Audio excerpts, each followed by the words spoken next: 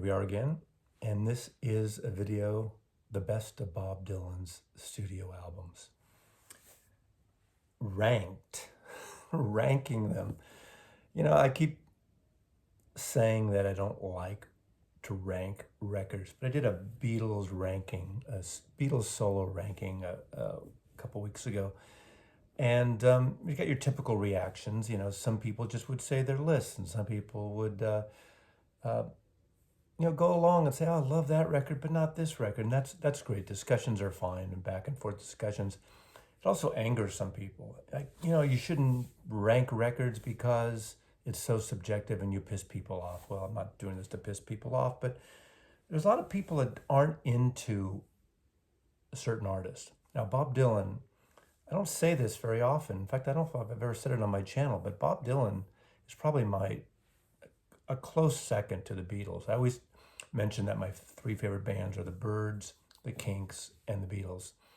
But I never really mentioned Dylan as a top echelon artist, but he would be above the Byrds and Kinks, and almost like an equal to the Beatles. Now, I grew up with Dylan. I didn't really jump in until 1965 with the single "Like a Rolling Stone." When I heard that just blew me away. Bought the 45. I eventually got the album it's on, and of course the Greatest Hits album that came out on Columbia later, which is a fabulous record with that great Milton Glaser poster of his colored hair, the great designer Milton Glaser. So I wanted to do the best of Dylan ranked. And in the Beatles video, I picked 13 records. In the Beatles solo video, why 13? Why not? I picked 15 here. Who knows why? But I was going to do another 13 again or so, and I realized there's a couple I could not leave behind. Again, this is subjective. It's my opinion. I'm going to showcase these. A lot of these you'll know if you follow Dylan. If you're new to Dylan, I advise you to check all these records out eventually. Some you like, some you may not. Now, Dylan's made over 50 albums, including live and studio, and not even counting all the official bootleg releases. What's amazing about the bootleg releases, it really shows a progression of, unlike almost every other artist I know, when you hear Dylan in the studio working on a song, he might go through slow versions, fast versions, 3/4 time versions, 4/4 time versions, a ballad, a rocker, all these different variations until he gets to the final version. I have the big box set that has literally every single take while he was working on Like a Rolling Stone, and it's not for the meek, definitely. It's just amazing hearing the progression, how he got and recorded and made that great single, and all the variations that he decided he just wanted to leave back, didn't want to put out. Again, that's not for everybody. I'm a Dylan completist. I have pretty much every Dylan recording. I'm not a completist to the point where I have every digital bootleg or versions of bootlegs like that, but official records, bootleg records, CDs, vinyl.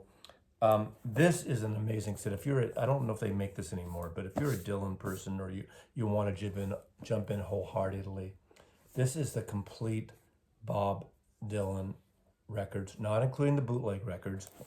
And this goes up to Tempest. So there's several albums after Tempest he's recorded that are not on this. This is volume 1, it's called. So I assume someday there'll be a volume 2. But really, really great collection of pretty much everything. It has the live albums in here, like Budokan and Hard Rain. I might do another separate live video, because a live record video of Dylan's. This is not that, but this is a great collection. The 15 best Bob Dylan albums ranked from 15 to number 1. Starting at number 15 is "Oh Mercy." This is one of several albums that Daniel Lanois produced by Bob Dylan. This came out in 1989. This would have been a lot higher for me, but I'm not a fan of 80s sounds and flourishes that artists put on. It sort of dates records for me. This has some of that, although some of this is amazing. This is a promo copy I got from Columbia Records. A friend of mine worked for Columbia in 1989. Political World is a great song that opens up. Where Teardrops Fall is a beautiful ballad. Let's see, Everything is Broken, just kind of a funky rhythmic tune. But I love this. There's some backup soulful vocals on here, some of the Neville brothers. It's got that sort of New Orleans sound, that's right. So coming in at number 15, Bob Dylan's 1989 record, Oh Mercy. Coming in at number 14, a record that I just love is Love and Theft. And this is from 2001. He started putting these records to a series of records like around 1999, 2000. He just sort of reinvented himself yet again. Dylan has done that so many times. His voice ragged and hoarse, like Bob Dylan's gets, like mine is getting right now, actually, surprisingly. But this is a wonderful record. But he decided he's going to self-produce, and all these records, starting around the turn of this century, are produced by Jack Frost, and Jack Frost is a pseudonym for Bob Dylan. So he self-produced record. He, went on his endless tour on this. This starts with Tweedledee and Tweedledum, has Summer Days, Lonesome Day Blues, really moody, bluesy folk, and it's just a great record. So I really like this album, Love and Theft. Again, number 14 on my best of Bob Dylan's list. Look at that hat, man. Love that hat. Bob Dylan, number 14, Love and Death. One of the really great sounding records that Bob Dylan made, and coming in at number 13 for me, is Slow Train Coming. This is produced by Jerry Wexler and Barry Beckett. Mark Knopfler's on it from the Dire Straits, and this is a really wonderful recording. I love this record. This is the first of what Dylan would do as a trilogy of his Christian records, his Jesus-based proselytizing records, and it's great. The two after this, I didn't love at the time. In fact, I hated them wholeheartedly, and I saw him on this tour. The very first two shows and the last show, I believe, or one of the later shows, he played, I think, a week or so at the Warfield Theater in San Francisco, the start of this tour. Nobody knew what he was going to do, and he played all Christian music, not one hit, no secular music. Some people booed, some people walked out. I think it was fantastic. But a lot of people revisited this music since the bootleg series of this period, about the 3-year period, and the tour he did with the background singers and a funky tour. And it's a really great period in terms of, his ongoing touring. But this sounds great. Of course, You Gotta Serve Somebody. It's funny because John Lennon did on one of his bootleg reissue or bootleg albums, You Gotta Serve Somebody, You Gotta Serve Yourself, Go Serve Yourself, kind of parody of Bob Dylan. Precious Angel is a gorgeous recorded record, beautifully recorded. I Believe in You, Slow Train. God Gave Names to All the Animals is kind of a funny song, but it ends with this beautiful piano ballad of just a piano and his voice singing when he returns. And it's one of the most beautiful gospel-y soul songs Dylan has ever recorded. And it's a magnificent rendition. I've heard gospel versions since. It's a beautiful song. I'm not a religious man myself. I don't subscribe to this religion, but I love this record. So this is coming in at number 13, Slow Train by Bob Dylan. Coming in at number 12 is Bob Dylan's latest album. This is my number one album of 2020. And this is Rough and Rowdy Ways. Who knows what it'll be like in 10 years, after reevaluation. I love this record. I love his voice. I love this long single that came out first. It's like a 15, 20-minute piece of music called Murder Most Foul. He speaks these names. He speaks his historic references. There's something amazing. This song came out right as we went into lockdown, right as the pandemic hit. And there couldn't have been a more perfect piece of music from my point of view to come out at that time, because there was a certain urgency of that song. Some say it meanders and it goes on forever, and it's a little kind of Dylan, like pulling the wool over our heads. Just rattling off names, everybody from Don Henley to the Beatles, coming to America, to JFK, and to A Murder Most Foul. But this is an incredible record. This was my number one record of 2020. This is my 12th favorite Bob Dylan studio record on this best of Bob Dylan, my favorite Bob Dylan. See, people get pissed off when I say best. They want me to say favorite. Okay, I'll say favorite. But who's talking to you? I'm talking to you. You're not, no one else is talking to you. So if I'm saying these are his best, obviously, just my opinion. Number 11, Modern Times. This went to number one. Number one.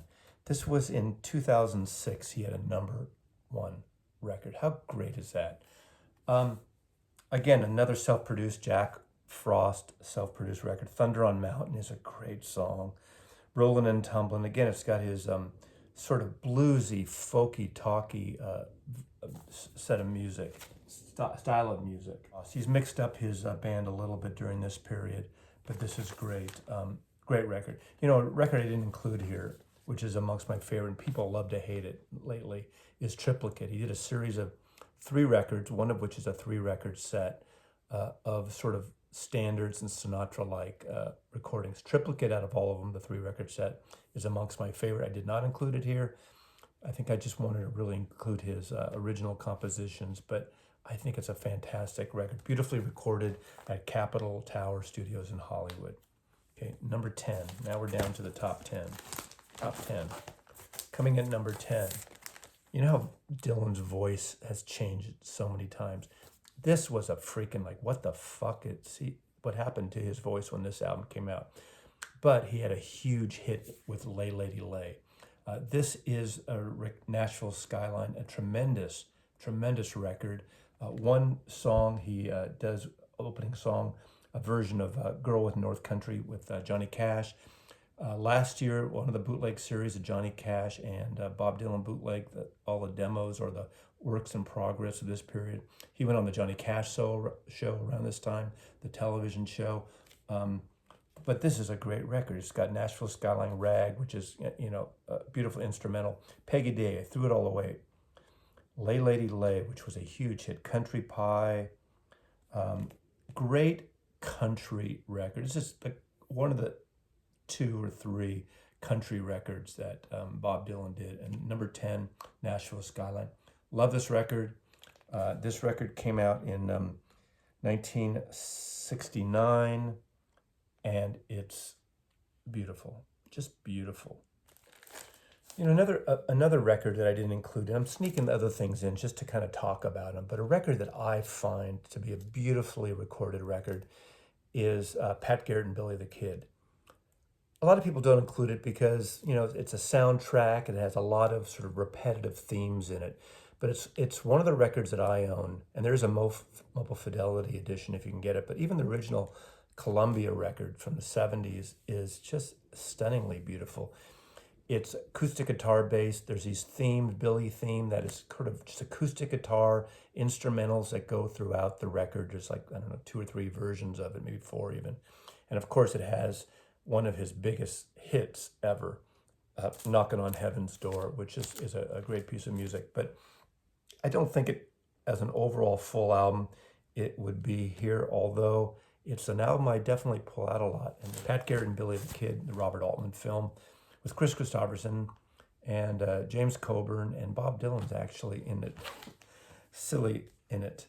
Coming in at number 9, Desire. I love this record. I think about Hurricane Carter, the boxer who was unjustly imprisoned for a murder he didn't commit, is this great long epic. The live versions on this tour of that, if you get the bootleg series, are just really, really dramatic. They just really explode and they really rock. That opens this record. Of course, there's Isis, One More Cup of Coffee, Mozambique, Oh Sister, and it closes out with Sarah, written about his wife at the time. Now, when I first got this record, I didn't like the sound of it. I don't like the sound of the original copy. I did get the recent Mobile Fidelity version that sold out like in a blink of an eye, which I wish it would put that out for more people to get, because it finally rescued this record from a dismal, I don't know, there's something about the sound of the original I just didn't like. But this song's amazing. And Lou Harris is on it. Scarlett Rivera plays violin. There's this like gypsy violin throughout it. It's an amazing record.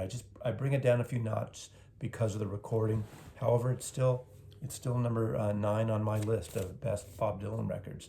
My best Bob Dylan records of all time. 1975. Coming in at number 8. This is an album that doesn't get a lot of love, or I don't see people talking about it, but I love this record. 1970, New Morning. If Not For You is on here. That opens the album. This came out in 1970. That's a song, obviously, that George Harrison covered on All Things Must Pass. He also wrote at that time a co-song with George Harrison, I'd Have You Anytime, that opens up All Things Must Pass. But there's some talking on here, there's some country, there's some roots, a lot of roots music, a lot of just Americana, genuine rootsy stuff going on here. Even some almost like jazzy beat poetry. Day of the Locust is beautiful. Time Passes Slowly. I Went to See the Gypsy. If Dogs Run Free, that's the closing song on side 1. That's got this amazing kind of scat singing artist, singer in the background. And that's like a beat poetry piece of music. It's fantastic. If Dog Runs Free. New Morning is a great song. It opens side 2. Sign in the Window. Three Angels is a talking piece, almost like a sermon, like a religious sermon. Ends with Father of Night. So it seems like there's almost like religious gospel overtones on this album. Great band of David Bromberg on electric guitar and dobro. Of course, Bob Dylan. Harvey Brooks, the great bass player who played with everyone from Super Session on to a lot of albums on Columbia. Charlie Daniels plays bass also. Al Cooper's back again on organ and electric guitar and French horn even. Russ Kunkel, great drummer. Billy Mundy, a great drummer. Albertine Robinson and Maritha Stewart are background vocals. Produced by Bob Johnson, and Al Cooper's really a big part of this record too.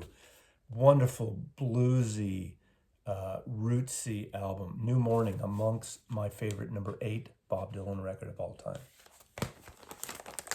Now we're getting into a lot of the classics here because they are so great. I mean, they just, number 7, Freewheelin' Bob Dylan. I mean, I couldn't imagine showing a Bob Dylan record without including Blowin' in the Wind. That's on this record. Of course, the original version he does of his song Girl from North Country, which he did later with on Nashville Skyline with Johnny Cash.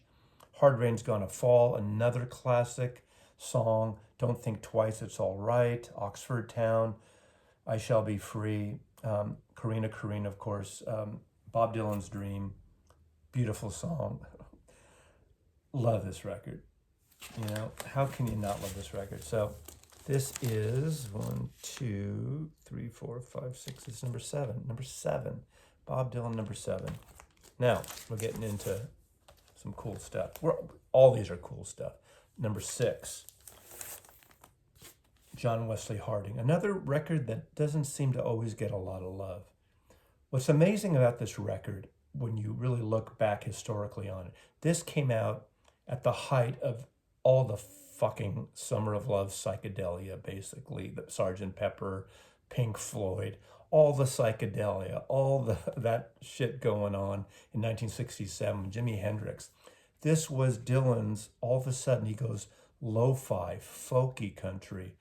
Again, another roots-based type of record.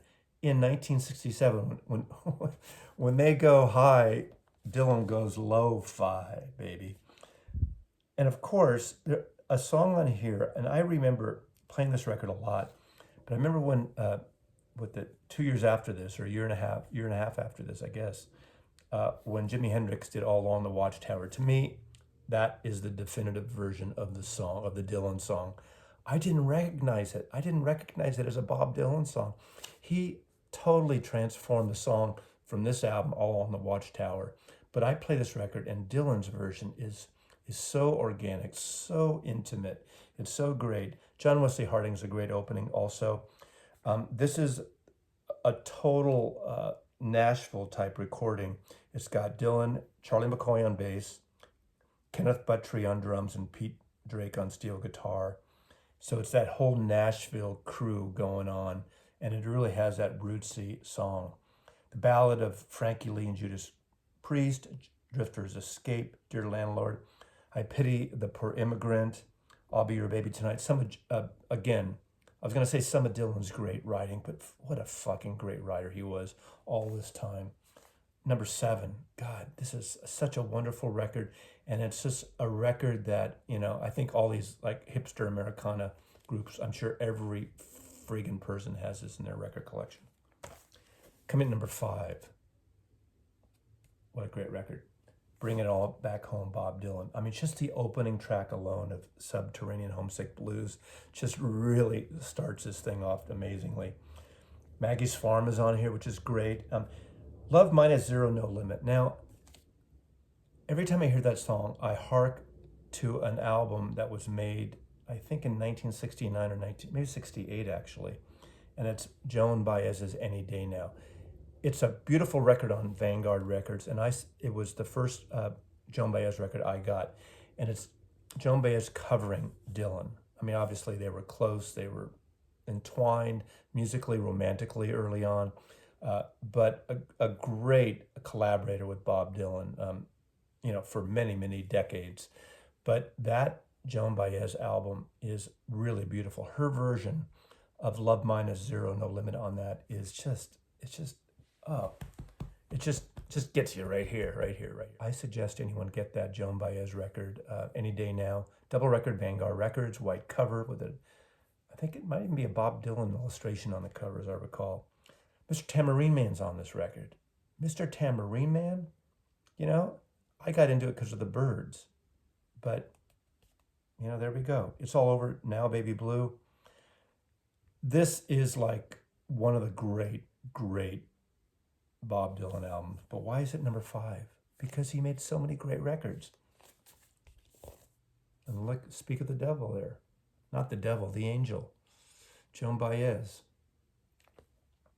Ah, man, great record.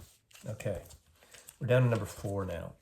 Number 4, one of the great anthems, aside from Blowin' in the Wind, that Bob Dylan wrote a lot of great anthems, a lot of songs that just, generations have heard his music who may never have even heard his versions of it or know who wrote it. All these young people, I'm sure.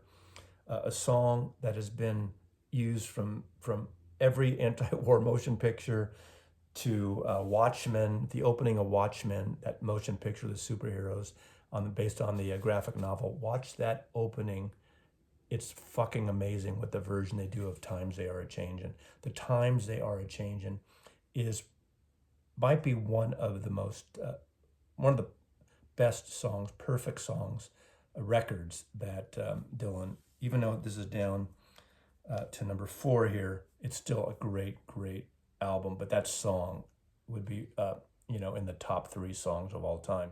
Only a Pawn in Their Game, a stunningly emotional, political song that it's a heartbreaker, is The Lonesome Death of Hattie Carroll.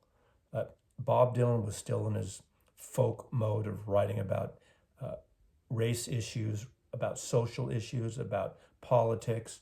That song is so beautiful. Boots of Spanish Leather is another beautiful song on here.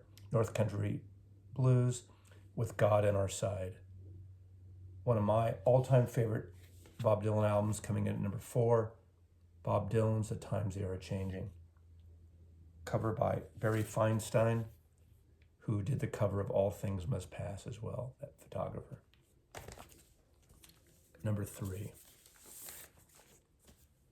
A record that changed folk music, that helped create folk rock. Obviously, the Byrds with Mr. Tambourine Man and Turn, Turn, Turn really got folk rock going. And then, of course, Tom Wilson adding the drums to Simon & Garfunkel's Sounds of Silence, folk rock, and Dylan going electric, Like a Rolling Stone. Like a Rolling Stone, possibly the best single of all time of any artist.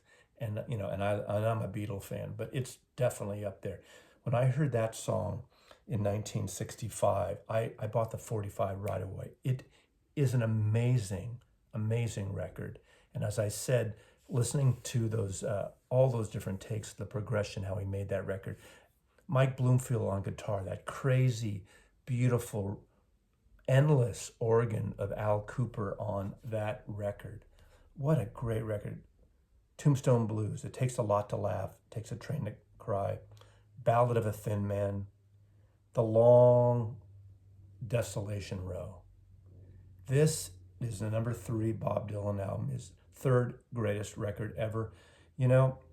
This could be number 1, could be number 2. I have it at number 3 because he has so many great, great albums. Dylan goes electric. He straps on a Stratocaster guitar. He goes electric at the Newport Folk Festival. People go fucking bananas. It's great. Now, number 2. This goes into the 70s, and people are going to know right away, just me saying that, what it is. The second best Bob Dylan album of all time. Really surprised a lot of people. 1974, this came out, and of course it's Blood in the Tracks. Why am I showing 2 copies? Well, the album came like this, with these liner notes. Bob Dylan recorded it and then re-recorded half the record. So Peter Hamill wrote these notes on the original recordings, original tapes he heard before this album came out. Obviously, there's famous stories about bootleg versions going out of this and the different versions between Minneapolis and New York. And I'm going out of my head forgetting which is which and what's what and what songs and versions are recorded.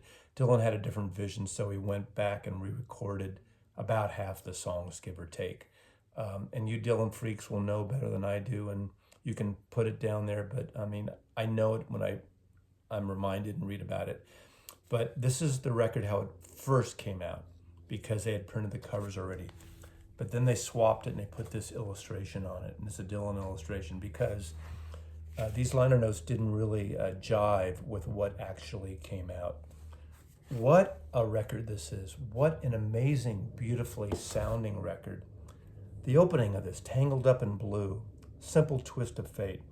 This is a romantic record. This is not a political record.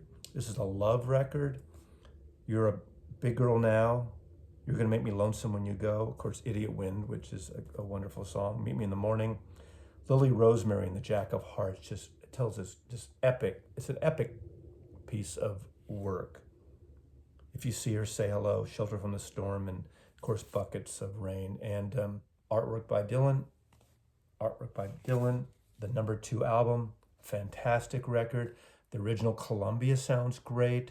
There's a super deluxe HUQFCRQ, whatever, MoFi, or whatever it is. I don't have that. But anyway, you get this record like this, it sounds fucking fantastic. Bob Dylan, Blood in the Tracks, his 2nd greatest album ever. And this is, 12 years or so after he made his first album. Of course, now you know what the number 1 album is. If you know Bob Dylan and you have Bob Dylan records, you know what the number 1 record is. It's the only one left that it could be number 1. Blonde on Blonde. Possibly, I think, arguably, the fact is the first double pop record ever. 1966. What a great record this is. Oh my God, what a great record this is. There's so much in here. Leopard skin, pillbox, hat. I Want You was the song that I got hooked into this album, I think. And then Rainy Day Woman, number 12 and 35. That is an incredible opener right there. Pledging My Time, Visions of Johanna. Memphis Blues again, Leopard Skin, Pillowbox Hat, and of course, one of the great songs, Just Like a Woman. What a song that is, Just Like a Woman. Most Likely You Go Your Way, I'll Go Mine. Absolutely Sweet Marie. Almost is a little psychedelic with that harmonica, just the way that moves. It's not a psychedelic record at all. Dylan really never went into that, but it's got some hints of that. And of course, the final side of this record is the entire side. Sad-Eyed Ladies of the Lowland. Is that about Joan Baez? Who is that about? An incredible ballad, slow, meandering, gorgeous song. This record is the best Dylan album. I would say, by far, numero uno. You know, I know some people of a different generation or a different feel or don't get Bob's voice would go with this. You know, if someone picked this as number one, I think it might be generational, but maybe not. I get it. I would get it, and I'd be fine with that. But to me, this is what Dylan looked like and sounded like, and the cliche of Bob Dylan is right here. Amazing artist, amazing prolific songwriter. I have everything he does. Bob Dylan's top 15 records ranked, the best records, the best one 1 to 15, 15 to 1. What do you think? Mazzy loves you. Time for my boot heels to be wandering.